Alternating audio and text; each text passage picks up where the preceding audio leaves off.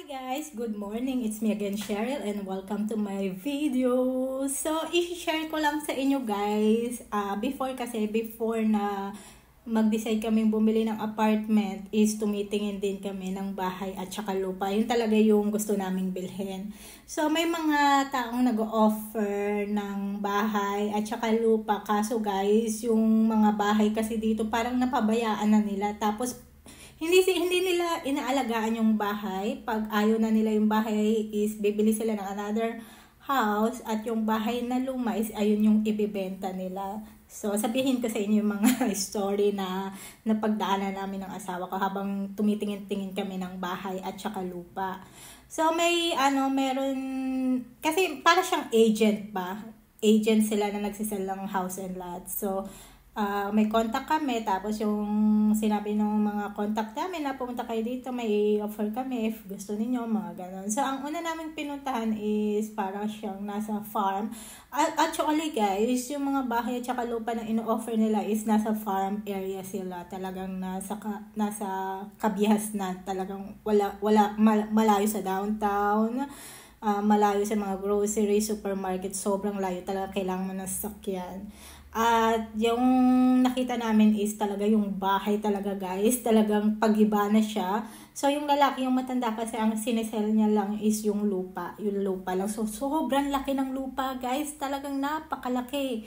And napakalaking hektarya. So, nag-uusap kami ng asawa ko. Aanin natin yung napakalaking lupa na yan. Hindi naman natin kailangan yan.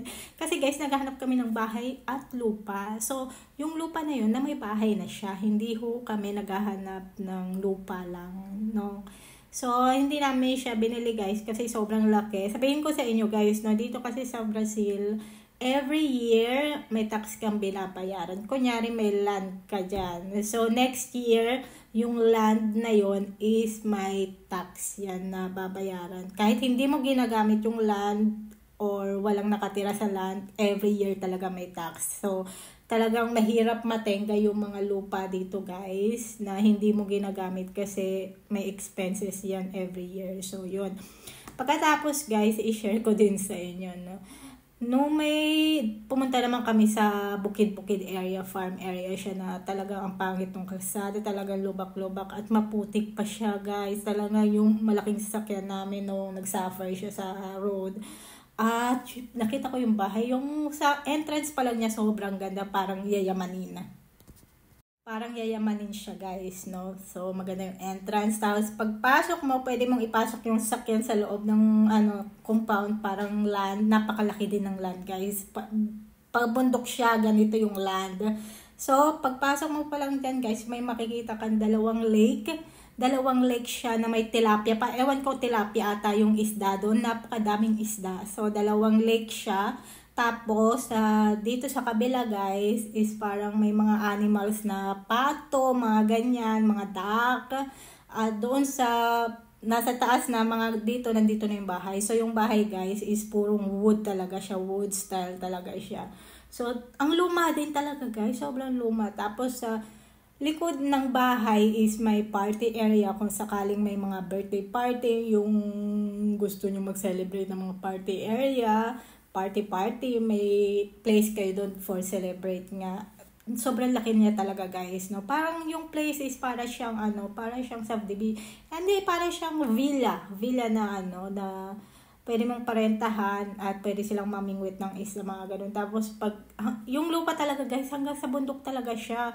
Yung ginagamit nilang water guys is water galing sa bundok. So, purong water talaga siya na ganun. Paano ko sinabi ko sa asawa ko?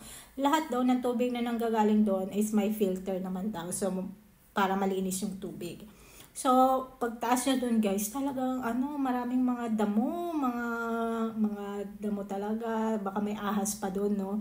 So, pagtaas mo doon guys, so, sobrang fresh talaga niya guys. Sobrang nakaka-relax. Kasi may lake siya doon sa taas na pwede kang magstay doon at ang air guys, sobrang lamig ng air doon. So, ayun kasi yung mga farm area, talagang hindi siya mainit, hindi siya masyadong mainit, yung simoy ng hangin. Pero hindi namin siya binili guys kasi aanihin naman namin yung ganong kalaking land. Kasi dito guys, sa lugar nila, the more na malaki yung land mo, the more na malaki din yung tax na binabayaran mo every year. Every year ka nang babayad ng tax. So hindi namin siya. Ang dami namin talaga guys na puntahan ng mga bahay, tinignan ng mga bahay. So wala kaming nagustuhan talaga. Ang tingin ko sa aming dalawa kung gusto namin tumira sa bahay is bumili kami ng land tapos kami mismo ang magpapatayo ng bahay or ipaparenovate namin pero hindi talagang parang haunted house na talaga siya na ano. So, nahirapan talaga kami. Kaya, nung nagtingin-tingin na lang kami ng apartment for safety reason kasi. For safety reason kasi guys. Kasi yung mga bahay na nakita namin is parang walang security. Yung pwede kang pasukin, mga ganun-ganun talaga. At iilan lang talaga yung bahay. Yung mga bahay doon magkakalayo talaga sila. Hindi kayo magkakalapit na parang bahay dito, bahay dyan. Talagang magkakalayo talaga kayong lahat. Talagang nasa ano siya, nasa bundok talaga siya guys. Talagang parang malayo kayo sa katotohanan. malayo kayo sa katotohanan. So, hindi kami nakabili ng bahay guys. So, nagtitingin-tingin din kami ng mga apartment. So, marami kami mga nakikitang apartment kasi mostly sa mga apartment talaga guys is condo apartment is maliliit talaga sila, no? May nakita kami 300,000 guys. So, binibenta nila 300,000 plus. So, yung apartment na yun guys, sobrang liit lang niya. Pati yung kwarto, sobrang liit. Tapos, binibenta nila 300,000 plus, no? So, hindi namin siya binili. So, may nakita rin kami dito sa building mismo talaga guys, no?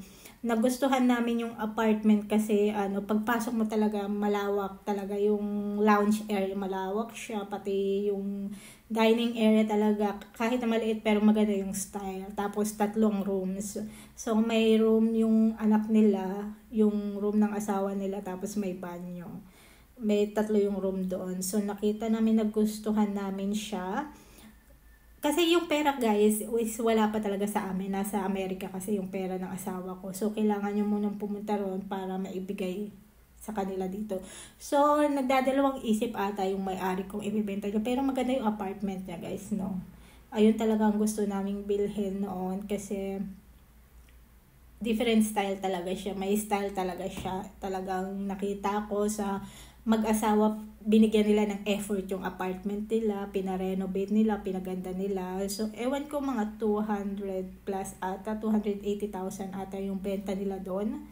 So, dahil hindi nakapag-antay yung lalaki, sinabi niya, hindi na lang namin ibebenta. Yung pabago-bago ba yung isip ng lalaki? Kasi parang gusto niya ibenta, pero ayaw niya ibenta. So, ganun ang nangyari. So, parang, at saka ngayon guys, nung nabili na namin to, inaas namin yung kapatid nung asawa ko if binenta nila yung apartment, hindi daw nila binenta. So, nagpapabago-bago sila ng isip.